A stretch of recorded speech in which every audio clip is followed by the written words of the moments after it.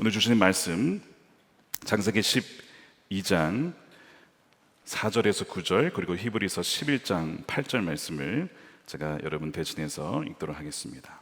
창세기 12장 4절부터 읽겠습니다. 이에 아브라함이 여호와의 말씀을 따라갔고 롯도 그와 함께 갔으며 아브라함이 하란을 떠날 때에 75세였더라. 아브라함이 그의 아내 사레와 조카 롯과 하란에서 모은 모든 소유와 얻은 사람들을 이끌고 가나안 땅으로 가려고 떠나서 마침내 가나안 땅에 들어갔더라.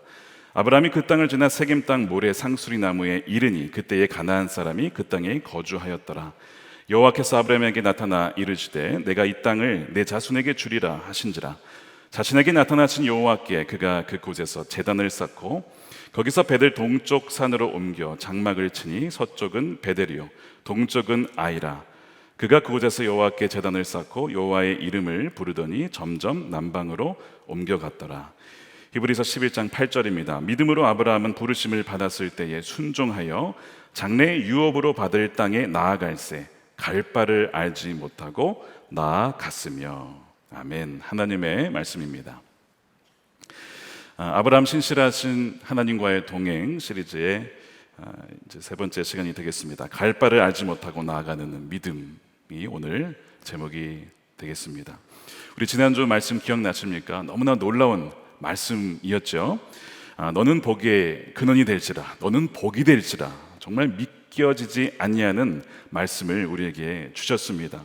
하나님께서 우리와 함께 하시고 그래서 또 우리가 복이 되고 우리로 말미암아 우리의 주위에 있는 이들이 또한 복을 누리고 또한 그들이 하나님께 영광을 올려드리는 이 놀라운 이 복의 순환이 시작된다는 것입니다. 이제는 나로 시작해서 나로 끝나는 그런 복이 아니라 바로 하나님께서 시작하셔서 우리를 통해서 또한 흘러가게 하시는 그 복을 시작하셨다는 것입니다.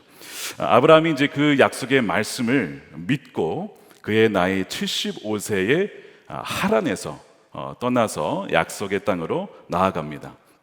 제가 질문을 한번 드리겠습니다. 창세기 말씀에 하나님께서 아브라함에게 어디로 가라고 하셨습니까? 가나안 땅이라고 대답하고 싶지만 답이 아닙니다. 1절을 다시 읽어보시면 이렇게 되어 있습니다. 여호와께서 아브라함에게 이르시되 너는 너의 고향과 친척과 아버지의 집을 떠나 내가 내게 보여줄 땅으로 가라. 이렇게 얘기를 하셨어요. 구체적이지를 않습니다. 내가 너에게 보여줄 땅으로 가라. 땅은 땅인데 어디를 말씀하시는 건지는 모르겠어요. 아주 모호한 말씀을 사실 하신 겁니다.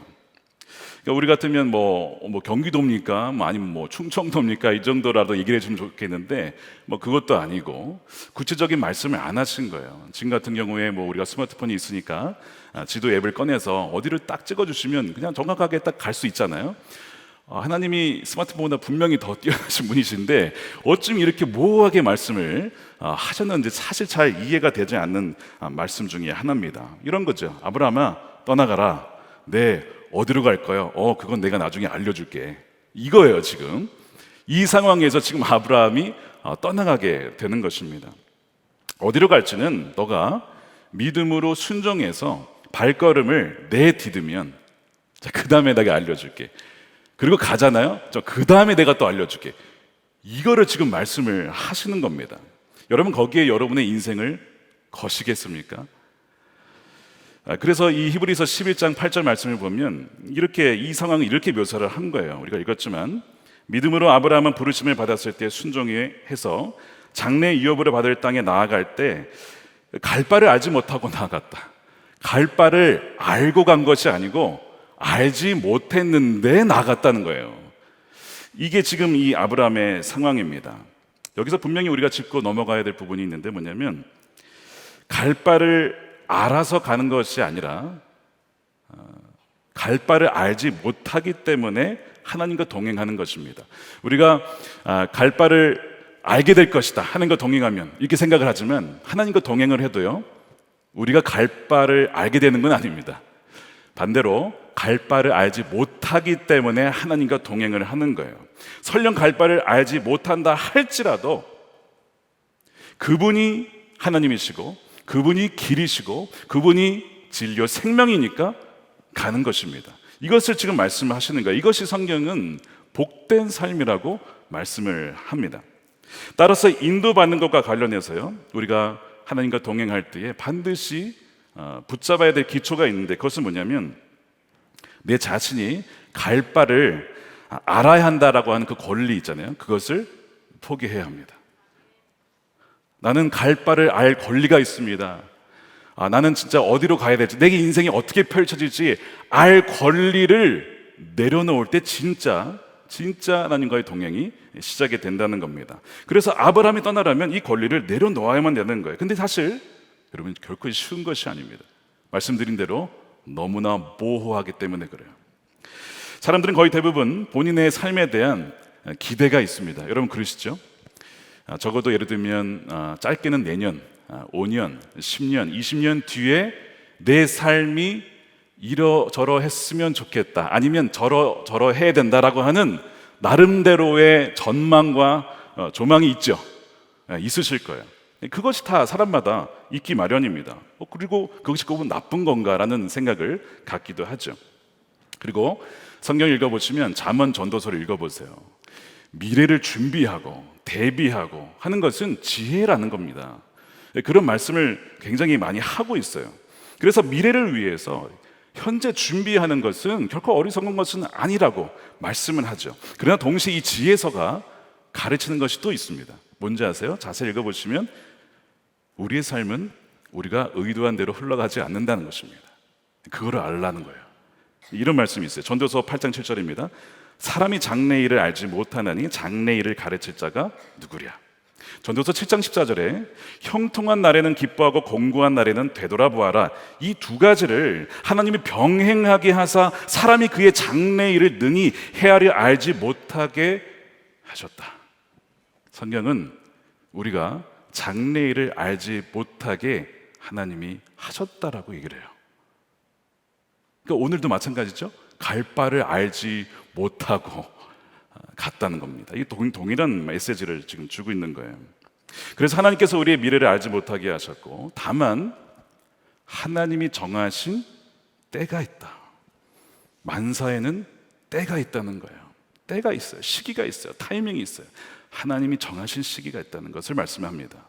우리가 절대 그것은 통제할 수 없는 것들이죠. 우리가 삶에서 겪는 일들을 보면요, 대개 이런 것들입니다. 말씀드린 대로 우리의 상황은 우리가 뜻한 바대로 다 흘러가지 않는다는 것이죠.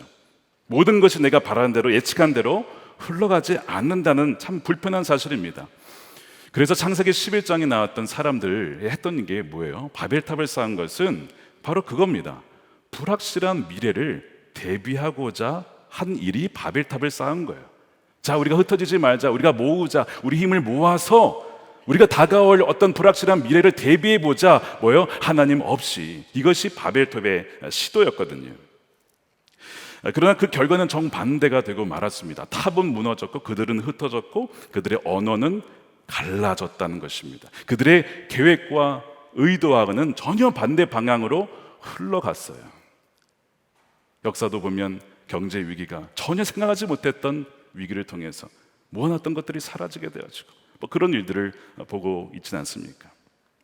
내가 이렇게 열심히 일했으니까 아마 이 정도는 모일 거야. 실제로 그럴 수도 있습니다. 저축을 하다 보면 모이기도 하죠. 그러나 한편으로는 언제 사라졌는지도 모를 정도로 모든 대로 사라지는 그런 일들도 있습니다. 경력을 쌓았습니다. 그러면 당연히 이 경력에 합당한 직장에 가는 게 맞지 않나라고 예상을 하지만 오히려 가지 못하게 되어지고, 내가 예상했던 것과는 정반대의 길로 또한 가게 되어지는, 아니면 아예 직장을 얻지 못하게 되어지는 그런 일들도 벌어지죠.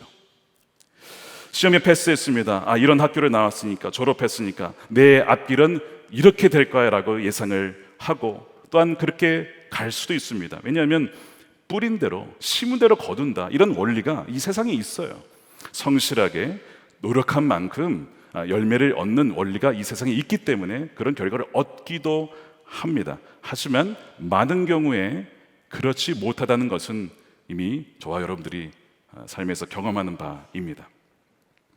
그 이유 중에 하나가 있다면 하나님이 각 사람에게 계획하신 그 삶의 계획과 길이 다르기 때문에 그래요. 예를 들어 창세기 나오는 인물들을 보면 하나같이 똑같은 인생을 산 사람이 단 한 명도 없습니다. 예를 들어서 에녹, 우리가 이제 에녹 프로젝트, 이제 에녹을 한번 예를 들면 에녹은 하나님과 동행한 산 사람이죠. 그리고 하나님이 기쁘시게 한 자라는 평가를 받았습니다. 근데 엄밀히 얘기하면 에녹은 별로 뭐 한 건 없어요, 사실. 그냥 동행했다가밖에 없거든요. 그래서 이제 누군가가 그의 삶을 보면서 이런 생각을 할 수도 있어요. 나도 그런 삶을 살았으면 좋겠다. 별로 한 건 없지만 하나님을 기쁘시게 했다. 뭐 이렇게. 그래서 나는 그냥 그렇게 살았으면 좋겠어. 어쩌면 이제 노아의 후손, 에녹의 후손에 이제 노아가 그 할아버지를 보면서 또 그 위의 조상을 보면서 나도 에녹처럼 살면 어떨까? 나도 그런 삶을 살지도 몰라 했는데 하나님이 노아에게 어떤 걸 명하시죠? 방주 지어라. 방주를 수십 년간 지어야 되는 거예요. 이거는 내가 생각했던 삶이 아닌데 방주를 지으라고? 노아의 삶을 들었던 아마 아브라함, 직계 후손이니까 세상이 타락하는 것을 보면서 야, 이러다가 또 심판하겠다. 하나님 나에게 방주 지으라고 또 하시는 거 아닐까? 그런 생각을 하고 있었는데 갑자기 떠나가라 그러는 거예요. 또 이건 또 뭐야? 이건 또 나 방주를 지으려고 그랬는데 떠나가라니까. 그러니까 지금 삶을 보면 하나같이 똑같은 삶은 없었다는 것을 우리는 이 창세기의 인물만 봐도 알 수가 있습니다. 예수님이 베드로에게 그런 얘기를 했어요. 너가 젊었을 때 너와 마음대로 돌아다녔지만 나이가 들면 다른 사람이 너를 띠띠어져서 너가 원하지 않는 곳으로 너를 데려가게 될 거야. 이제 십자가를 지게 되는 삶을 얘기를 합니다. 그랬더니 베드로가 어떻게 하죠? 그러면 저 요한은 어떻게 되는 겁니까? 그러면서 쟤도 죽습니까? 이러면서 우리는요 그렇게 다른 사람의 삶에 관심이 많아요. 그때 예수님이 야, 걔는 걔고 너는 너야. 너가 무슨 상관이야? 사명이 다르다는 거죠. 부르심이 다르다는 거예요. 하나님의 계획이 각각 다 독특하게 있다는 것을 말씀을 하고 있는 겁니다. 그럼에도 불구하고 우리는 왜 초조해 합니까? 그것을 받아들이기가 참 쉽지가 않아요. 특히 나와 비슷한 연령대, 또래나 사람들하고 비교를 많이 하게 되죠. 대학을 갈 때나 내 친구는 어디를 갔는데 나는 어디로 가게 될까? 직장에 들어갈 때에 내 친구는 어디 갔는데 나는 못 갔네. 친구는 남자친구를 사귀더니 결혼을 하네, 아이를 낳네. 그런데 나는 이렇게 자꾸 비교를 하게 돼요. 은퇴를 앞둔 분들도 은퇴 이후의 삶이 너무나 다양한 거예요. 그러면서 누군가의 삶을 보면서 나도 그렇게 될까 했는데 또 전혀 다른 삶으로 가게 되어지는 그런 것들을 보게 됩니다. 그러면서 불안해하고 비교하면서 뭔가 안정되지 않은 것 같은 그런 느낌을 갖게 되는 거예요. 그래서 나도 그 길을 가야 될 것 같고 나도 따라잡아야 할 것 같은데 왠지 뒤처지는 것 같고 이것이 정말 나를 향한 하나님의 뜻일까? 하나님의 계획이 이루어지는 것이 맞을까? 그런 생각들이 그려지죠. 그래서 나름대로 그림을 그려보고 예상을 해보지만 여지없이 예상은 엇나가게 된다는 것을 보곤 합니다. 그런데 하나님께서 분명히 오늘 말씀에 지난주에도 그랬지만 너는 복의 근원이야. 그래서 그때 그 의미가 뭐라고 하셨죠? 더 이상 복을 구할 필요가 없어. 하나님이 너와 함께 하시고 우리와 함께 하신다는 그 의미에는 더 이상 복을 갈구하거나 비교하거나 그럴 필요가 없다는 거예요. 그거를 말씀하셨습니다. 그래서 이 복의 근원이 된 자는 더 이상 삶의 주도권이 나에게 있지 않습니다. 하나님께 있는 거예요. 하나님이 우리의 삶을 지으셨고 창조하셨고 주도권은 그분께 있습니다. 그래서 우리가 아까 찬양기도 잠깐 나왔어요. 우리의 교회의 핵심 선구죠. 갈라디아서 2장 20절입니다. 이제는 내가 사는 것이 아니요 내 안에 계신 그리스도께서 사신 것이라. 주어가 바뀐 삶이라는 것이죠. 그래서 삶의 주도권과 통제권이 나에게 없다는 것입니다. 여러분 그걸 지금 받아들이고 계세요? 정말 이 말의 의미가 이거라는 것을 여러분 받아들이고 계십니까? 창세기 12장 2절 3절에 약속된 복의 주체가 누구예요? 하나님입니다. 자, 제가 다시 한번 읽어볼게요. 내가 너로 큰 민족을 이루게 하고 내가 너에게 복을 주고 내가 너의 이름을 창대케 하고 내가 너로 하여금 복이 되게 할 것이다. 주체가 누구예요? 하나님이에요. 그러면 하나님께 우리의 인생을 맡겨드리는 거죠. 이러저러 해야 된다라는 나의 이 주도권을 맡겨드려야 되는 것이죠. 주어가 하나님이기 때문에 그래요. 주님이 내 삶을 통치하시고 주관하신다라는 것을 다른 걸로 얘기를 하면 이런 걸로 표현할 수가 있겠습니다. 내 삶은 더 이상 상품이 아니라는 거예요. 상품이 아니라 여러분 작품이라는 겁니다. 이 표현 아시죠? 상품은 경쟁을 하는 거예요. 근데 작품은 유일한 것입니다. 여러분 외에 이 세상에 다른 사람은 없어요. 여러분은 아주 독특하고 하나님이 지으신 유일한 존재라는 거예요. 1등 필요가 없어요. 유일한데 무슨 1등이에요? 하나님은 우리에게 그걸 말씀하시는 것이죠. 사람들이 이런 얘기도 합니다. 명품이다. 근데 저는 그 표현 별로 좋아하지 않습니다. 명품도 어쨌든 비싼 상품이거든요. 명품이라기보다는요, 작품은요 유일한 거예요. 하나님이 우리를 그렇게 지으시고 고유한 그 부르심을 갖고 있다는 것이죠. 그래서 내가 작품이라면 당연히 저 사람과 나의 삶은 다를 수밖에 없어요. 비교할 필요가 없는 거예요. 하나님께서 우리를 각각 독특하게 부르셨기 때문에 그랬습니다. 그 사람들이 막 이제 이런 얘기를 하잖아요. 막 스펙을 쌓고 뭐를 하고 그러지만 이 얘기는 뭐냐면 하나님이 하나님과 나의 독특한 이야기를 만들어 가시겠다는 거예요. 나의 얘기는 고유한 이야기예요. 다른 이야기가 아닙니다. 나의 이야기는 고유한 이야기인데 하나님이 원작자예요. 내가 너의 이야기의 원작자다. 그러니까 나에게 맡겨라. 너가 너의 인생의 작가가 되려 하지 말고 내가 너를 지었으니까 내가 너의 이야기를 풀어갈 거야. 다른 사람하고 비교하지 마 라고 주님은 말씀을 하시는 것이죠. 그래서 우리가 이런 찬양을 하잖아요. 나의 길 오직 그가 아시나니라고 고백을 하는 겁니다. 복이 된 자의 삶은 하나님이 친히 인도를 하시기 때문에 내 삶에 어떠해야 한다는 권리를 내려놓는 것입니다. 그분께 완전히 맡기는 것이죠. 그래서 예수님께서 이와 관련된 말씀을 여러 번 하셨어요. 그게 어떤 말씀이냐면 너희가 나를 따라오려거든 어떻게 하라고요? 너 자신을 부인하라 라고 말씀을 했습니다. 근데 그러면서 그 다음에 이런 얘기를 하시는 거예요. 마가복음 8장 35절입니다. 누구든지 자기 목숨을 구원하고자 하면 잃을 것이요 누구든지 나와 복음을 위하여 자기 목숨을 잃으면 구원하리라. 이 자기 목숨은 우리의 생명을 얘기하죠. 그리고 우리의 영혼을 의미하기도 합니다. 근데 이 자기 목숨은요 어떻게 또 번역이 되냐면 my life예요. my life. 내가 꿈꾸고 바라는 my life를 얻고자 하면 어떻게 된다고요? 잃을 것이고 my life 그거를 내려놓고 주님께 맡기면 오히려 진짜 내가 너에게 계획했던 그 your life를 얻게 될 것이다. 이 말씀입니다. 그래서 내 인생은 이러이러해야 돼, 내 삶이 이렇게 흘러가야 돼라고 하는 자신이 구상한 삶을 내려놓을 때에 비로소 진정 하나님이 나에게 디자인하신 그 삶을 살아가게 된다는 그 의미가 바로 이 말씀입니다. 근데 어떻게 이것이 가능한가? 어떻게 이런 일이 가능할 수 있을까? 우리 스스로는 절대 여러분 포기할 수 없습니다. 우리 스스로는 불가능해요. 우리의 자아가 얼마나 강한지 몰라요.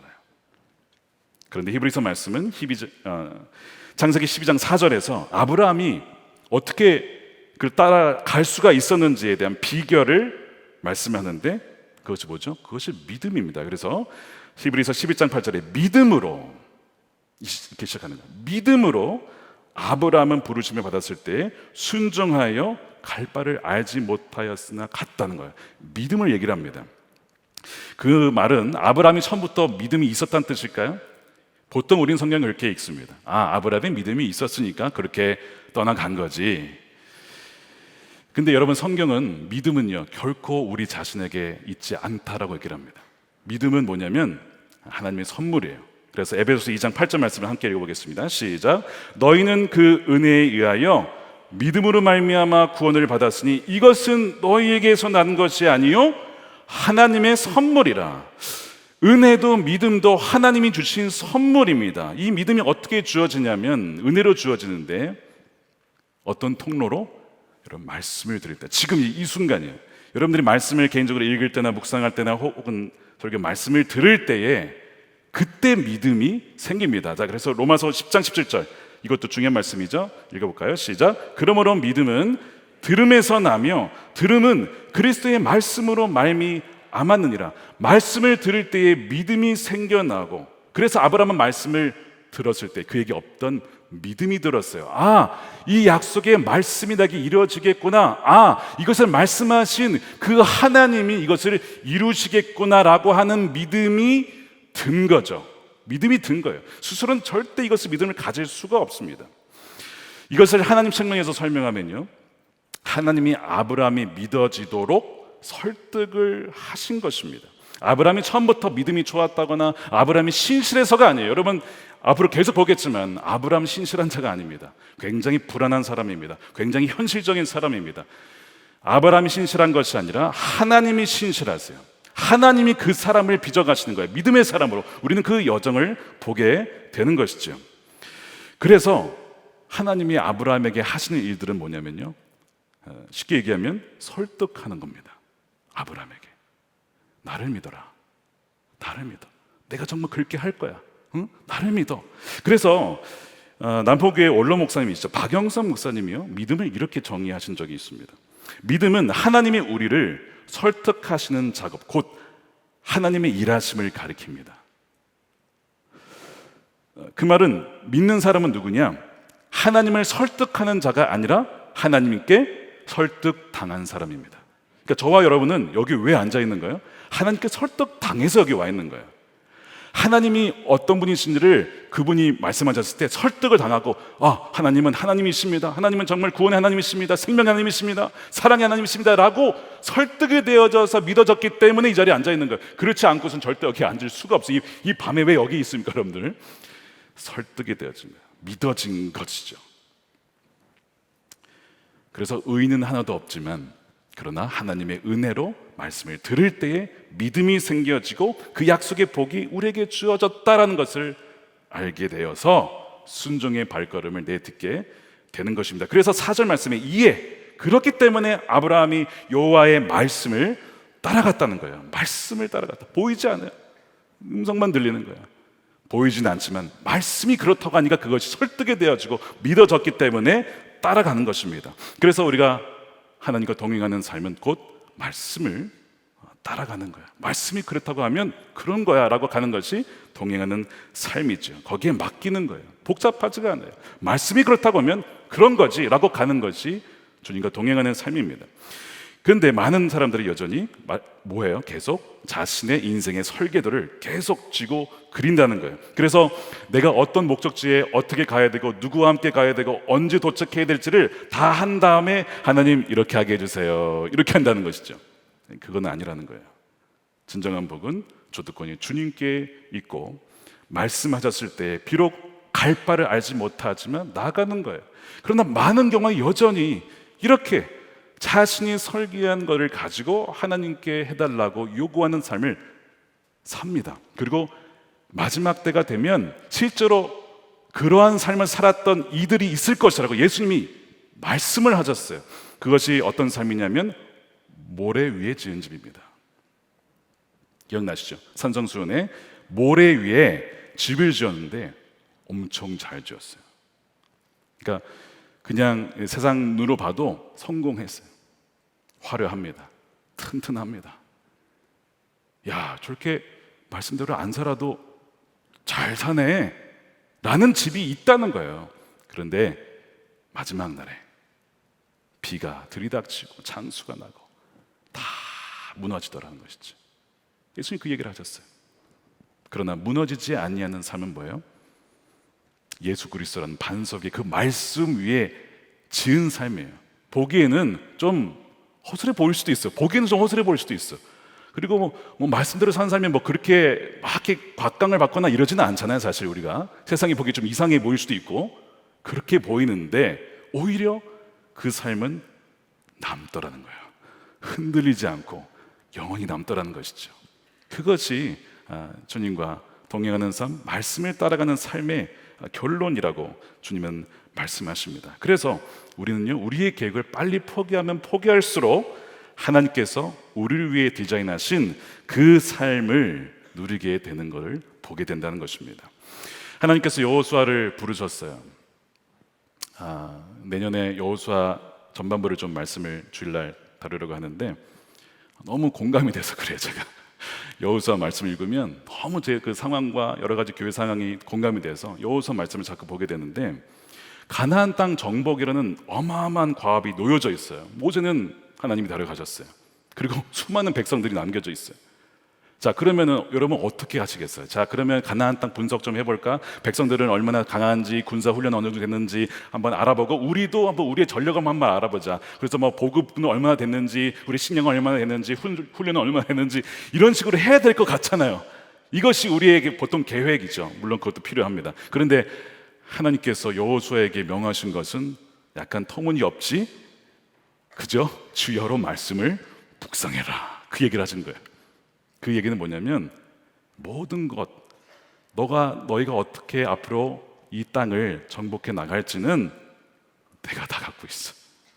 내가 다 갖고 있으니까 너는 그냥 한 걸음씩 내가 인도한 대로만 오면 되는 거야. 근데 그 방법이 좀 황당합니다. 6바퀴 돌고 마지막 날은 7번 돌고 막 이런 식으로 좀 이해할 수 없는 방식으로, 그래서 그냥 말씀 따라가는 것이죠. 여러분 뭐 이야기가 어떻게 흘러간지는 잘 아실 겁니다. 뭐 그렇게 말씀하시는 거예요. 예수님께서 자기가 목자다라고 하면서 양들을 인도할 때에도 뭐 그런 식으로 말씀을 하셨어요. 요한복음 10장입니다. 자기 양을 다 내놓은 후에 앞서가면 양들이 그의 음성을 아는 거로 따라오되, 다른 게 아니에요. 주님의 전략, 그냥 내 음성 듣고 따라와라, 그겁니다. 그 말씀을 하는 거예요. 목자가 앞서가고 말씀을 들려주면 양들은 그저 음성을 따라가면 되는 것이죠. 사실 뭐 양들이 자신들이 전략을 짠다고 목자의 그거를 알겠습니까? 뭐 골짜기가 어디에 있는지, 이리가 어디 숨어 있는지 양들은 알 수가 없죠. 목자가 알아요. 그러니까 목자를 따라가야 사는 건데, 자기가 목자인 양 착각하면 이제 그때부터는 양의 인생이 꼬이기 시작하게 되는 것이죠. 그래서 이제 주님께서 우리에게 길을 알려주지 않는 거예요. 우리에게 10년 뒤에 너의 인생은 이렇게 돼서 될 거야, 딱 알려주면 우리는요, 주님 10년 뒤에 뵙겠습니다 그리고 이제 잘 지내세요 하고 주님께 나가지 않아요. 그런데 모르기 때문에 주님 외에는 길이 없습니다. 주님께 나아가서 기도하고 의지하고 매달리고, 이것이 복된 삶이라고 오늘 말씀을 증거하고 있는 것입니다. 하나님께서 엘리사를 부르시는 장면 여러분 기억나세요? 엘리사, 요즘은 자꾸 이런 본문만 묵상을 하고 있습니다. 제가 지금 모세와 여호수아, 엘리야와 엘리사, 엘리사를 부른 장면을 보시면요, 엘리야가 굉장히 카리스마가 대단합니다. 이런 상황이에요. 하나님이 이제 엘리사를 세우라고 이제 말씀하셔서 알겠습니다. 엘리야가 엘리사를 찾아가요. 그러니까 엘리사가 뭐 하고 있냐면 서로 밭을 갈고 있었어요. 밭을 갈고 있는데 엘리야가 옆을 딱 지나갑니다. 겉옷을 딱 벗고 그냥 겉옷 툭 던져요. 툭 던져, 이렇게. 카리스마 짱이죠. 그냥 겉옷을 툭 말도 안 하고 겉옷만 툭 던지는 거야. 그러니까 엘리사가 딱 보고 의미를 알았어요. 이 겉옷의 의미는 이제 후계자가 된다는 얘기예요. 그래서 이제 아론도 그렇고 다 옷을 벗고 죽잖아요. 그러니까 그 의미를 알고 그 즉시 부모님께 인사를 하고 소를 잡아다가 사람들에게 바베큐 파티 해주고, 그 다음에 이제 말씀이 뭐라고 되어 있냐면 엘리사는 일어나 엘리야를 따르더라, 이렇게 나와요. 저는 이게 가능한 일인가? 예를 들면 엘리사를 불렀을 때 저 같으면 이럴 것 같아요. 그럼 어떻게 하나님 제가 준비해야 되고 뭘 해야 되고 해야 됩니까? 막 질문이 엄청 많을 것 같아. 뭔가 좀 알아야 갈 것 같은데 그냥 겉옷 딱 보고 그냥 겉옷 딱 갖고 가는 거예요. 이거다. 갈 바는 알지 못하지만 그 권리도 다 내려놓고 그냥 따라가는 거. 그냥 하나님이 다 책임져 주시잖아요. 능력도 다 주시고 뭐 할 말도 넣어주고 뭐 하나님이 다 계획을 갖고 있어. 그냥 자기는 믿고 순종하게 하면 돼. 얼마나 쉬워요. 그러니까 제가 요즘 이런 거 묵상하면 엄청 은혜가 됩니다. 주님 아시죠? 이렇게 되는 겁니다. 그래서 묵상을 하고 있어요. 꼭 저의 심정이에요. 사실 제가 작년에 미국에서 있는데 부름을 받았어요. 나야 한국으로 가라. 네? 제가요? 제가 어떻게 해야 되나요? 그건 내가 차차 보여줄게. 이러고 끝나는 거죠. 그냥 뭐 더 이상 뭐 비전이 확 보인다거나 뭔가 어떤 앞으로 이 교회가 어떻게 될 거지 이런 거 없고 그래서 불안해하지 마시기 바랍니다.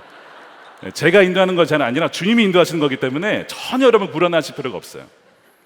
내가 너에게 알려줄 거야 이러시는 거죠. 네 주님. 그리고 이제 한국에 왔어요.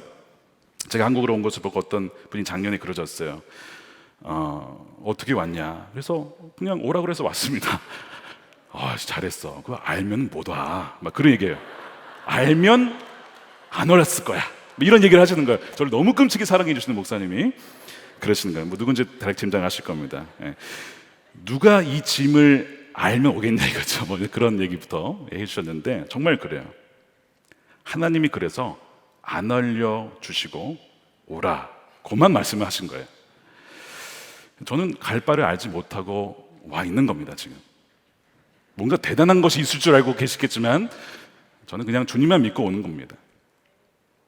모르니까 온 것이고요, 모르니까 주님을 붙잡게 되는 거예요. 모르니까 제가 새벽에 나오는 겁니다. 최근에 아파서 몇 번 못 나오긴 했지만 새벽에 나와야 그때 주님이 뭘 할지를 알려주세요. 그때 주님이 야 이번 금성인 뭘 말씀을 하고 이번 주일은 뭘 말씀을 해라는 것을 딱 그 이틀 한 2, 3일 전에 알려주세요. 미리도 안 알려주셔요. 교만해질까 봐, 방심할까 봐, 게을러질까 봐. 딱 그 주간의 말씀을 주시니까 새벽에 안 갈 수가 없어요. 주님께 나아가서 기도하는 것이죠. 주님 알려주십시오. 무엇을 해야 됩니까? 무슨 말씀을 전해야 됩니까? 그러면 주중에 묵상했던 것들, 읽었던 것들, 만났던 사람들 모든 것들을 쫙 해서 정리를 해주시는 거예요. 그리고 꿈에서도 그걸 보여줄 때가 있어요. 저는 놀란 게 얼마 전에 유기성 목사님 일기에 꿈에서 설교할 내용을 이렇게 하셨다고 저도 그것을 경험하거든요. 그렇게 보여주시는 것들. 근데 좀 굉장히 스릴이 있습니다. 이걸 좀 미리 알려주시면 좋은데 꼭 그 주간에만 하니까 굉장히 긴장이 되고 한편으로 굉장히 모험으로 사는 인생 이런 느낌이 들어요. 근데 여러분 저만 그런 것이 아닙니다. 우리의 삶이 그래요. 우리의 그리스도인 삶이라는 것이 갈 바를 알지 못하지만 확실한 것이 뭐냐면 하나님이 함께 하신다는 거죠. 그거를 믿고 가는 거니까 때로는 불안해하다가도 우리가 그 길을 걸어갈 수가 있게 되는 겁니다. 우리 시편 말씀에 이런 말씀이 있어요. 주의 말씀은 내 발 앞에 등이요. 발만 앞에 비춰주는 거예요. 가면 거기만 이렇게 비춰주는 거예요. 근데 그렇기 때문에 주님 말씀을 또 빛을 의지하고 붙잡게 되는 것이죠. 그것이 하나님과 동행하는 삶이라고 오늘 이 아브라함 통해서 말씀을 합니다. 자, 그렇게 가다 보면 어디에 도착하라는 거죠? 5절 말씀에 이렇게 되어 있습니다. 아브라함이 그의 아내 사레와 조카 롯과 하란에서 모은 모든 소유와 얻은 사람들을 이끌고 가나안 땅으로 가려고 떠나서 마침내 가나안 땅에 이르더라. 마침내 이르더라. 그렇게 가다 보면 도착을 하는 거예요. 하나님이 원하신 우리가 가야 할 그 땅에 도착을 하도록 인도하신다는 겁니다. 그런데 여기에서 마침내라는 표현을 한번 보시기 바랍니다. 이 마침내가 아브라함 입장에서 마침내일까요? 하나님 입장에서 마침내일까요? 아브라함 갈 바를 알지 못했기 때문에 여기가 마침내인지 아닌지 몰라요. 그렇죠? 하나님 입장에서 마침내입니다. 물론 이제 앞으로 가야 될 여정이 많은데요. 제가 그랬잖아요. 믿음이 아브라함에게 있지 않았습니다. 설득을 당하고 믿음이 생겨져서 온 거예요. 그러니까 하나님 입장에서는 정말 우르에서 끌어나오기까지 나왔는데 하란에서 한참 또 머물렀어요. 다시 하란에서 내려오기까지 하나님이 엄청 기다리셨어요. 인내하셨어요. 품으셨어요. 포기하지 않으셨어요. 그러다가 마침내 이제 아브라함이 여기 왔구나 그 말씀을 하시는 겁니다. 지금 하나님이 이 자리에서도 그 말씀하시는 분이 계실지도 몰라요. 마침내 이 자리에 왔구나. 마침내. 예전에 교회에서 한 남자 성도님을 위해서 기도한 적이 있어요. 신앙을 위해서, 믿음을 위해서. 제가 거기에 부임한 지 6년 정도 되었을 때 마침내 금년 성적표에 나온 날이 있었습니다. 저의 입장에서도 마침내였지만 하나님 입장에서도 드디어 너가 나왔구나. 이게 바로 하나님 입장에서의 마침내였죠. 그러니까 아브라함이 신실함이 아니고 하나님이 신실하셔서 아브라함을 마침내 가나안 땅으로 끌고 가시는 것, 이것이 은혜인 것입니다. 이것이 은혜인 거예요. 우리는 앞으로 이걸 계속 보게 될 거예요. 너무나 감사한 거예요. 귀중한 발걸음을 주님께서 끝까지 인도해 주신다라는 것. 그래서 아브라함이 세겜 땅 모래 상수리 나무에 이르러서 예배를 드리죠. 6절입니다. 아브라함이 그 땅을 지나서 세겜 땅 상수리 나무에 이르니 그때 가나안 사람이 그 땅에 거주하였더라. 7절에 여호와께서 아브라함에게 나타나 이르시되 내가 이 땅을 내 자손에게 주리라 하신지라. 자기에게 나타나신 여호와께 그가 그곳에서 제단을 쌓고, 이렇게 되어 있습니다. 아브라함이 거기서 제단을 쌓은 이유가 있어요. 아브라함이 가나안 땅에 갔는데 거기 누가 있었어요? 가나안 사람이 살고 있는 거예요. 난 또 빈 땅인 줄 알았네. 갔는데 누가 이미 다 살고 있어요. 빈 땅이 아니야. 그래서 지금 여기서 갔는데 가나안 사람이 그 땅에 거주하였더라는 그 상황을 봤을 때 아브라함이 어떻게 될 것 같아요? 나 돌아갈래. 그럴까 봐 바로 7절에 여호와께서 나타나시죠. 그리고 다시 말씀으로 말씀하시는, 약속하시는 거예요. 야, 이 땅을 너 자손에게 줄 거야. 그러니까 여기 맞으니까 어디 가지 마 라고 말씀을 하시는 거예요. 지금 아브라함의 심정이 약간 다시 흔들릴 이 상황에서 하나님이 다시 나타나셔서 말씀으로 붙잡아 주신 거예요. 야, 너 사람 있다고 너 시험 들면 안 돼.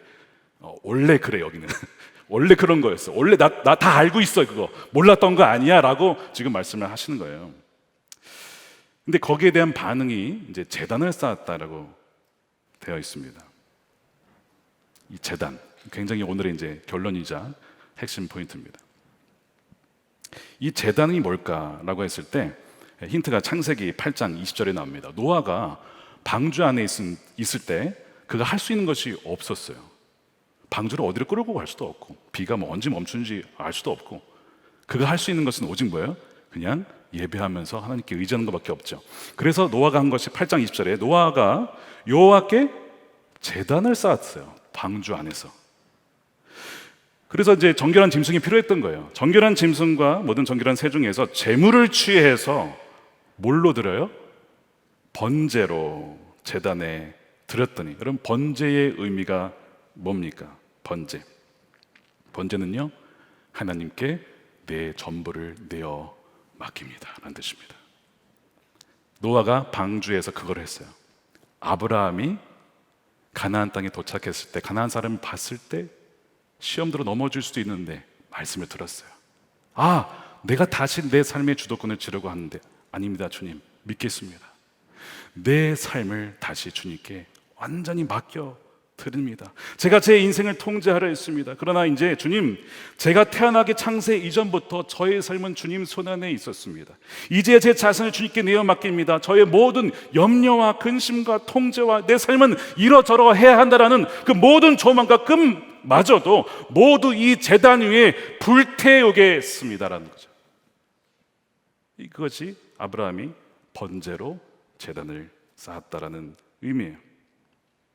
하나님이 우리에게 원하시는 것은, 가장 원하시는 것은 우리의 일이 아닙니다. 우리가 뭔가 대단한 일을 하는 것을 물론 기대하시지만 그것이 가장 중요한 것은 아니에요. 가장 중요한 것은 우리 자신을 드리는 것입니다. 우리 자신의 전체를, 전부를, 우리의 모든 의지를 주님께 드리기를 주님은 원하시는 거예요. 완전히 하나님을 위해서, 부분적이 아니라 완전히 드려지는 삶, 나는 죽고 주님과 온전히 하나 된 삶, 하나님은 그것을 원하시는데 이것이 제단의 삶입니다. 지금 아브라함이 그것을 고백하는 거예요. 내 생각과 내 계획대로 되지 않을지라도, 전혀 다른 상황이 펼쳐진다 할지라도 나는 그것을 다 주님께 맡기겠습니다. 그것이 제단을 쌓는 삶입니다. 창세기 11장은 바벨탑을 쌓아서 자기가 인생을 통제하려 했다면, 창세기 12장에 새로운 백성을 세우시겠다는 하나님께서 아브라함을 통해서 제단을 쌓아요. 비교해보면 제단은 초라하지만 그 대상이, 여기는 인간에게 있다면 그 대상은 하나님께 있다는 점에서 비교할 수 없이 고귀한 것이 이 제단을 쌓는 예배의 삶입니다. 미국에서 섬겼던 그 이민교회 강단이 생각이 납니다. 그 강단에서 많이 울었기 때문에 그래요.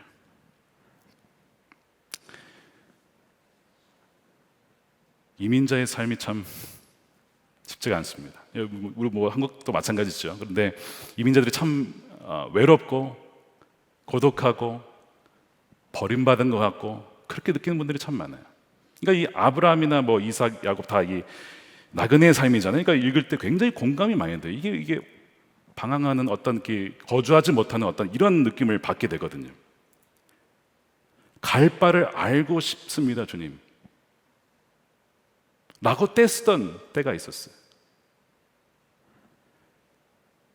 근데 하나님이 그걸 어떻게 저의 고백을 바꾸시기까지 은혜를 주셨냐면, 갈 바를 알지 못해도 좋습니다.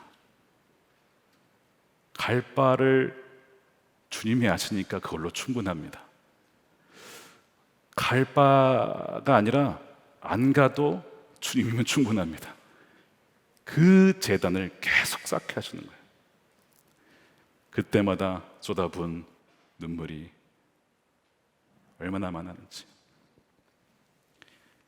그러니까 여러분 이따가 강단에서 기도 드리실 때 이 재단이니까 그 기도를 한번 드려보세요. 여전히 아주 그 마음의 구석에 정말 내려놓고 싶지 않은 우리의 주도권과 통제권이 있어요, 여러분. 그것마저도 완전히 드리는 척하지 말고요. 하나님 다 아십니다. 우리 마음이 어떤지, 우리가 척하는 것인지 제스처만 취하는 것인지, 정말 그 마음에 이제는 나 하나면 충분하구나, 뭐 내가 어디를 가든지 아무 상관이 없구나, 그런지를 주님은 너무나 잘 아시거든요. 오늘 이 저녁에 그거를 결론 지으시길 바라요. 지난 8월 7일 우리 김은장 목사님 3부 예배 주일 설교 때 본인도 이런 비슷한 은혜를 간증을 하셨어요. 그러면서 얘기하신 게 뭐냐면, 본인이 2016년에 미국의 어떤 교회에 가서 집회를 하고 은혜를 받았는데 그 교회가 그 교회입니다. 같은 교회예요. 김은장 목사님께서 제가 섬기던 교회에 안식월 때 오셔서 말씀 전하시고, 그때 찬양 인도를 하시고 말씀도 더 나눴어요. 그러면서 그분이 받은 은혜를 그때 간증을 하셨는데 이런 내용이었습니다. 아마 금요 성령 집회였던 것 같아요. 그날도 이렇게 물으셨대요. 하나님이, 너 평생 한 영혼을 위해서 목회할 수 있겠느냐, 평생 한 사람을 위해서 사역할 수 있겠느냐, 이렇게 물으셨다는 겁니다. 하나님이 정말 그렇게 하시려고 물으셨겠어요? 너의 삶의 주도권을 나한테 내려놓겠느냐라고 하나님 물으신 것이죠. 근데 그때 목사님이 이렇게 고백을 하셨습니다. 그 질문에 선뜻 대답하지 못하고, 정말 그렇게 될까봐 대답하지 못하고 씨름하다가 주님 말씀대로 하겠습니다라고 했는데 할 수 없는 눈물이 나왔다고 그렇게 얘기를 하셨어요. 그 번제 재단이죠. 그 번제. 동일한 은혜를 그 목사님도 받으셨던 것 같아요.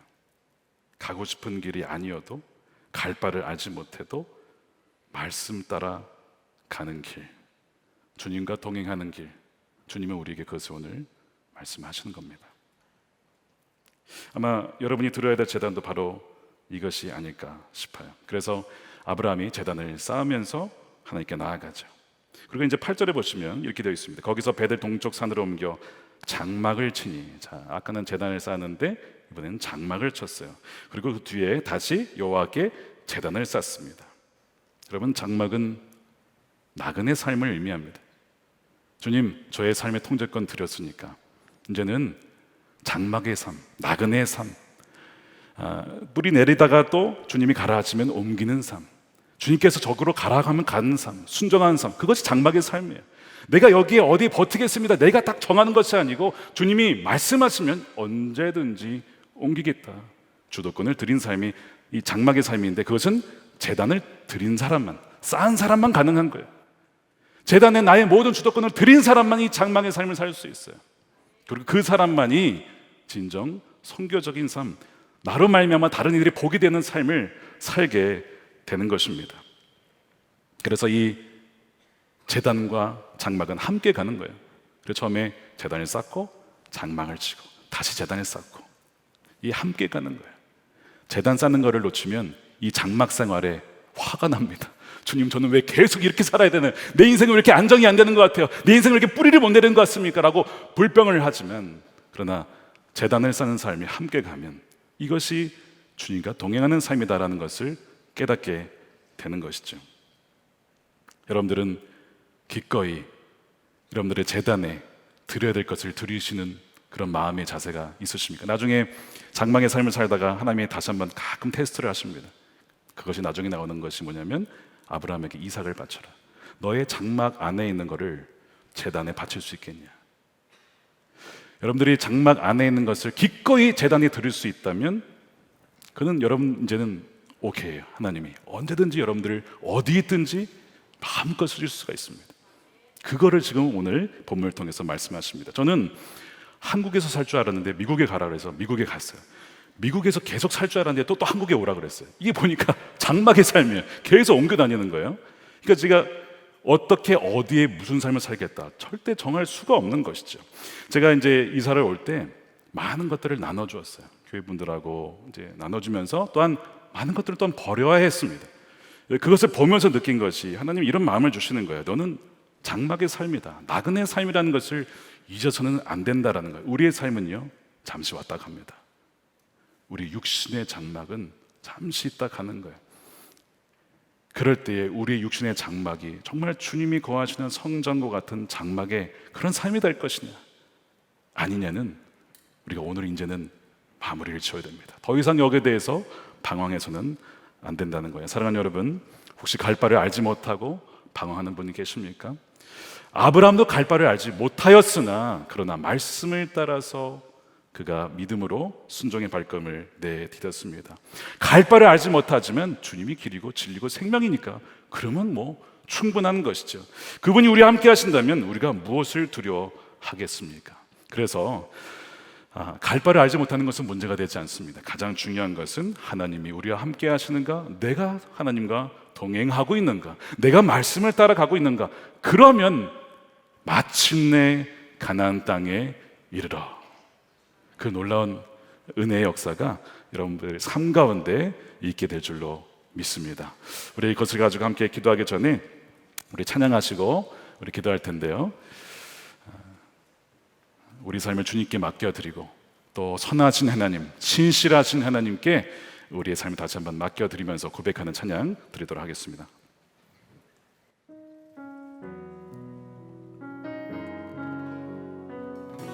사랑해요, 사랑해요. 신실하신 나의 주님, 나의 삶 주님 안에 있네. 늘 뜨는 아침부터 날 잠들기까지 선하신 주를 노래하리. 사랑해요. 나를 인도하신 주님, 나를 인도하신 주님, 고난 중에도 나와 함께 하셨네. 내 아버지 되시며 내 친구 되신 주, 나의 삶 주님 안에 있네.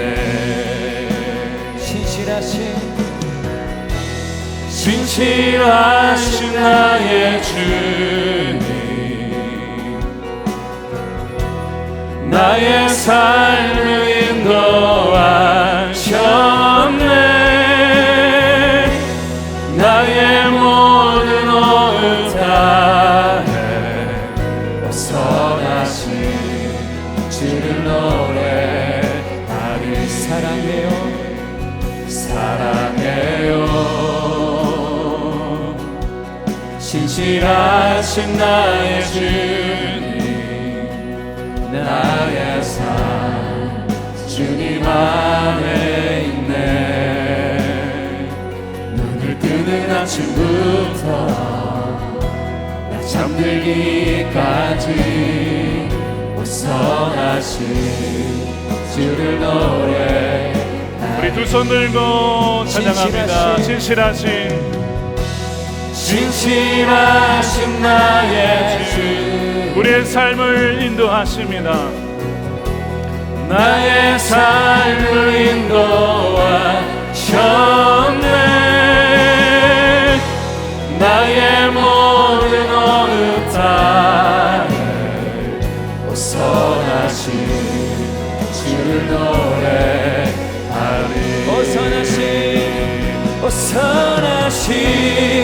주를 노래하니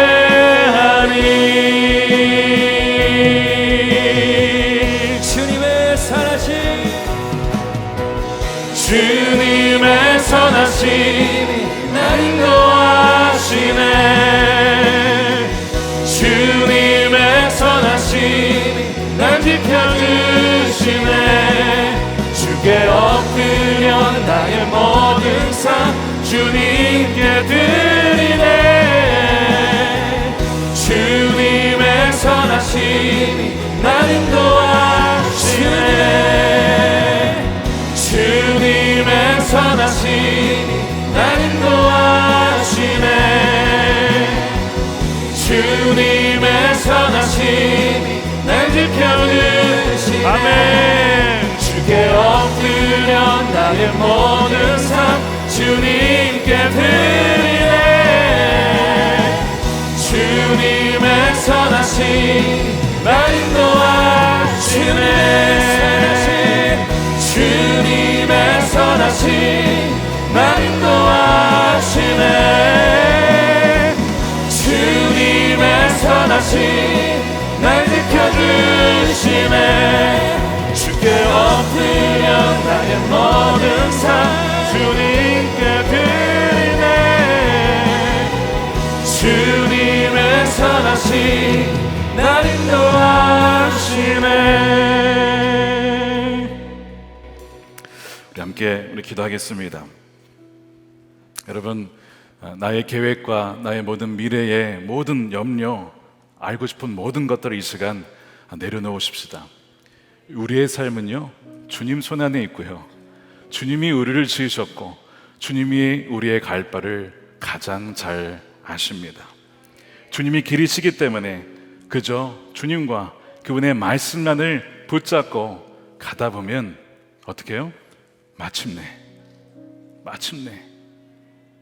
우리 인생을 돌아봤을 때 하나님 나의 삶을 선하게 인도해 주셨군요 라고 그렇게 고백하는 우리의 삶이 될 것입니다. 우리 모든 것 권리 내려놓고 주님 이 손을 붙잡아 주시고 하나님 말씀만을 온전히 붙잡으며 끝까지 주님 부르시는 그날까지 가기를 원합니다. 우리 주님만 외치고 기도하도록 하겠습니다. 주여, 그렇습니다. 주님의 선하심과 인도하심으로 우리를 인도해 주시옵소서. 날마다 예수님과 너의 마음이 한 걸음 한 걸음씩 나갈 때 하나님 마침내 그 가나안 땅에 이르는 그 날을 주님 보게 하여 주시옵소서. 하나님께서 우리 삶에 인도하시는 것 바로 아버지 그 신뢰함으로 우리의 모든 갈 바를 알지 못하고 또 알아야겠다라고 하는 것 모든 권리조차도 내려놓게 하여 주시고 하나님 어디를 가든지 아버지 어디에 있든지 하나님 주님 나와 함께 하시며 내가 주님과 함께 한다면 그것으로 충분한 것입니다. 모든 염려와 근심을 주님께 맡겨드리오니 이 시간 모든 염려와 근심 우리의 모든 재정과 상황과 모든 미래의 모든 아버지 조망 가지고 주님께 맡겨드립니다. 주여 그저 말씀 하나에만 순종하며 나갈 수 있는 우리 하나님의 귀한 백성들로 주여 이 시간 삼아 주시옵소서. 아브라함을 인도하신 하나님 그 하나님께서 오늘도 이 밤에 우리에게 말씀하셨사오니 신실하신 하나님 선하신 하나님 사랑의 그 하나님께서 우리 모든 성도들의 각 상황을 아시고 하나님 지성을 정확하게 인도하여 주시옵소서. 오직 그 말씀만을 따라 나아가는 우리 모든 성도들 되게 하여 주시옵소서. 아브라함이 이제 가는 곳마다 제단을 쌓습니다. 제단의 의미는 하나님 번제라고 말씀을 드렸습니다. 나의 모든 것을 주님께 올려드리고 태워드립니다. 거기에는 나의 모든 것을 맡겨드린다는 의미와 두 번째 나의 모든 불순물들 염려와 근심 내가 주도권 잡으려 했던 모든 것들 하나님이 근심하게 했던 모든 것들을 다 이 시간 태워드린다라는 고백이 있습니다. 그것이 예배자의 삶입니다. 나중에 아브라함이 그 제단에 쌓는 것을 멈출 때 그는 실족하고 멀어지고 실망하고 좌절하게 돼요. 여러분 이 자리에 모여있는 것이 얼마나 큰 복인지 모릅니다. 여러분 모이고 싶어도 모일 수 없는 자들이 있고요, 기도하고 싶어도 기도할 수 있는 사람이 없는 그런 곳에 있는 분들 참 많이 있습니다. 여러분 이 자리에 있다는 것이 얼마나 큰 복인지 제단을 쌓으며 나아갈 때 하나님 정말 우리의 모든 인생의 주도권 주님께 다시 한번 맡겨드리고 부르신 곳에서 예배함으로 하는 다시 한번 우리의 인생의 중심을 날마다 예배를 통해서 바로잡길 원합니다. 나의 생각과 사고와 의지 모든 것을 예수 그리스도 그분은 중심으로, 그 말씀을 중심으로 재정결하게 해주시고 우리의 인생을 정말 주님께서 온전히 이끌어 가시고 주님만 따라가는 인생이 되게 해달라고 우리 주여 한번 외치고 기도하도록 하겠습니다. 주여, 우리 제단 쌓는 삶으로 주의 앞에 나갑니다. 아버지, 예배자의 삶으로 가는 곳마다 예배하며 가는 곳마다 주님께 기도하며 가는 곳마다 주님의 인도하심을 받고 그렇게 재단을 쌓으며 나가는 복된 삶으로 우리를 인도하여 주셔서 하나님, 우리가 방황하다가도 휩쓸리다가도 주 앞에 나아갈 수 있도록 아버지 우리를 이끌어 주시옵소서. 하나님, 우리 모든 불성물들을 번제로 주님께 올려드립니다. 우리의 말로서 아버지, 우리의 행동으로서 우리의 마음의 중심에서 아버지 믿음의 말을 하지 못하고 소망의 말을 하지 못하고 아버지 하나님 그 아버지 불신의 말을 했던 모든 것을 아버지 회개하오니 주여 모든 불신물들을 태워주시고 우리의 전부를 주님께 올려드립니다. 아버지 하나님, 예배하는 삶으로 제단을 쌓는 삶으로 아버지 주님께 나갈 때에 아버지 우리의 삶을 인도하여 주시고 하나님께만 영광이 되어지는 못된 삶을 살아가게 하여 주시옵소서. 하나님 나아갑니다. 할렐루야. 주님 앞에 올려드립니다. 오 주님, 진실하신 하나님, 선하신 하나님, 우리 아버지 복이십니다. 하나님, 우리 함께 하심이 가장 큰 복이라고 하였사. 하나님 그 동행의 복을 놓치지 않게 하여 주시고 마음에서 아버지 완고하지 않도록 주여 우리 삶을 주여 인도하여 주시옵소서. 하나님 이끌어 주시옵소서. 할렐루야. 주님 찬양합니다. 예배가 회복되게 하소서. 기도가 회복되게 하소서. 아버지 하나님, 개인의 또한 영성이 회복되게 하여 주시옵소서. 기도의 자리가 회복되게 하여 주시옵소서. 무너졌던 재단을 다시 한번 주여 일으키게 하여 주시옵소서. 할렐루야. 주님 아버지, 무너졌던 주의 삶에 하나님 주여 일하여 주시옵소서. 우리 세 번째로 기도하실 때 기도하시고 우리 강단 위로 올라오시기 바랍니다. 기도하실 때 아까 말씀드린 것처럼 제단을 쌓는 마음으로 이 시간에 혹시 예배가 무너진 사람이 있습니까? 기도가 무너진 사람이 있습니까? 주님께서 그 제단을 회복하라고 하십니다. 오늘 강단에 나오셔서 기도하실 때 그 예배의 삶이 회복되게 해주시고 다시 한번 우리의 삶이 정렬되어지는 은혜가 있을 줄로 믿습니다. 우리 세 번째로 기도할 때 우리의 삶은 장막의 삶, 나그네의 삶이라는 것을 여러분 꼭 기억하셔야 됩니다. 우리 육신의 장막은 잠시 있다가 무너지고 말 것입니다. 물론 우리에게는 부활의 소망이 있습니다. 영원히 썩지 않냐할 그 부활의 소망이 있기 때문에 육신의 장막이 무너질지라도 우리에게 소망이 있어요. 그러나 이 세상 이후의 삶은 언제 결정이 되는가? 바로 지금입니다. 지금이에요. 그래서 우리에게 이 삶을 주신 겁니다. 주님과 동행하라고, 우리에게 주신 이 장막의 삶을 헛되이 보내지 말라고, 바벨탑 쌓는 삶으로 살지 말라고 우리에게 오늘도 말씀을 하시는 겁니다. 부르신 곳에서 선교적인 삶을 살겠습니다. 주님께서 말씀하신 곳이 어디든지 어느 곳에 있든지 예배하며 그곳에서 보게 되는 선교적인 삶으로, 나만이 아니라 나의 이웃에게 복이 되어진 삶으로, 그런 삶을 살겠습니다 라고 다시 한번 우리가 이 시간 결단하면서 우리 기도하신 후에 우리 마음껏 나오셔서 기도하시고 우리 각자 기도하셔서 돌아오도록 하겠습니다. 주여 한번 외쳐 기도하겠습니다. 주여 감사합니다. 주님, 무너졌던 예배의 삶과 제단의 삶이 회복될지어다. 기도의 삶이 회복될지어다. 예배의 삶이 회복될지어다. 주여, 하나님 마음의 중심에 흐트러졌던 삶이 있습니까?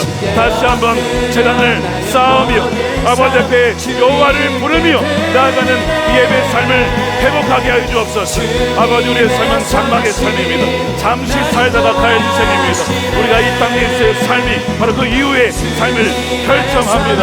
아버지, 우리가 은혜로 이 삶을 살아갈 때에 우리의 육신의 정욕에 쫓겨서 살아가지 않게 해주시고 불복하여 살아가지 않게 해주시고 아버지 하나님 주신 은혜로 마음대로 살아가게 해주시고 주의 뜻대로 살아가게 해주시고 우리 모든 육신의 수욕을 내려놓게 하여 주시며 선교적인 삶으로 부르신 곳이 어디든지 선정하며 나아가는 하나님 회복된 삶으로 나아갈 수 있도록 하나님 인도하여 주시옵소서. 장막의 삶과 이 세상의 삶이 함께 나아가기를 원합니다. 주여 주여 우리에게 부르신 그분이다 살게 하여 주시옵소서. 하나님 축복합니다. 하나님의 귀한 백성들을 기억하여 주시고 하나님의 뜻대로 기억하시고 살아가며 나아갈 수 있도록 하나님의 백성을 더하여 주시고 복의 복을 더하여 주시옵소서. 주님만을 아버지 신뢰하며 나아가는 주여 백성들 되게 하여 주시옵소서. 할렐루야 찬양하니 신실하신 하나님 오 찬양합니다. 그렇습니다. 마침내 우리 삶에 인도하셨습니다라고 고백한 우리 삶이 되게 하여 주시옵소서. 감사합니다 주님. 오 주님 그렇게 찬양합니다. 주님의 선하심 오 주님 마라카 사나이메라 사나이메라 하나님 찬양합니다. 주님의 선하심 날 지켜주시네. 주께 엎드려 나의 모든 삶 주님께 드리네. 주님의 선하심 날 인도하시네. 주님의 선하심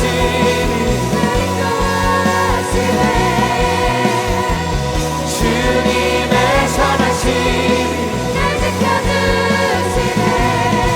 주께 엎드려 나의 모든 삶 주님께 드리네. 주님의 선하심 날 지켜주시네. 나의 믿음 주께 있네. 십자가 능력이 내 영광 되었네.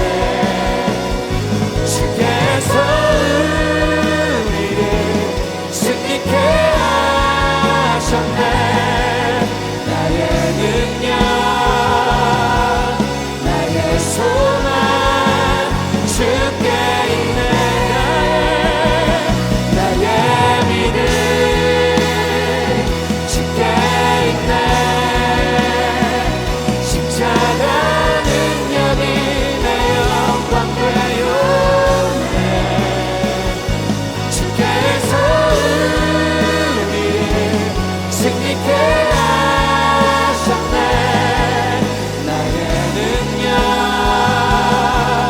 나의 소망 주께 있네. 나의 믿음 주께 있네. 십자가